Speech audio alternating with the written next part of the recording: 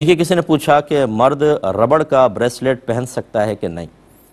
دیکھیں دو چیزیں ہوتی ہیں، زیور پہننا مرد کو منع ہے، وہ پیتل کا ہو، سونے کا ہو، لوہے کا ہو، یہ منع ہے۔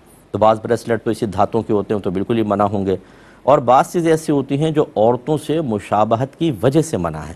یہ ہاتھ میں کوئی چیز کڑے وغیرہ پہننا ہے، دیکھیں چیزیں عورتوں کو زیبا ہیں، مردوں کو نہیں ہے۔ اب ربڑ کا اگر ایسا پہنیں گے تو وہ ایک عورتوں کے ساتھ مشابہت سی ہوتی ہے، اور نبی کریم صلی اللہ علیہ وسلم نے اس پہ سخت جملے ارشاد فرمائے کہ جو مرد عورتوں کی مشابہت اختیار کریں اور جو عورتیں مردوں کی مشابہت اختیار کریں ان پر اللہ کی لعنت ہے۔ تو لہٰذا میرا گزارش یہ ہے کہ یہ بریسلیٹ پہننے سے کوئی آپ حسین و جمیل نہیں ہو جائیں گے، کوئی آپ کی مردانہ وجاہت نہیں نکھر جائے گی، صرف یہ کہ چند دوست کہیں گے بہت اچھا لگ رہا ہے، یہ تھوڑی سی تعریفیں سننے کے لیے، تھوڑے سے حفظ نفس کے لیے، تھوڑا سا اپنے آپ کو اپنی نگاہوں میں شیطان بعض اوقات مزین کر کے دکھا دیتا ہے۔ اس مزین ہونے کو دیکھنے کے لیے اللہ اس کے رسول کو ناراض کرنا قطعاً غیر مناسب ہے۔ اللہ نے مرد بنایا، مردوں والی چیزیں اختیار کریں۔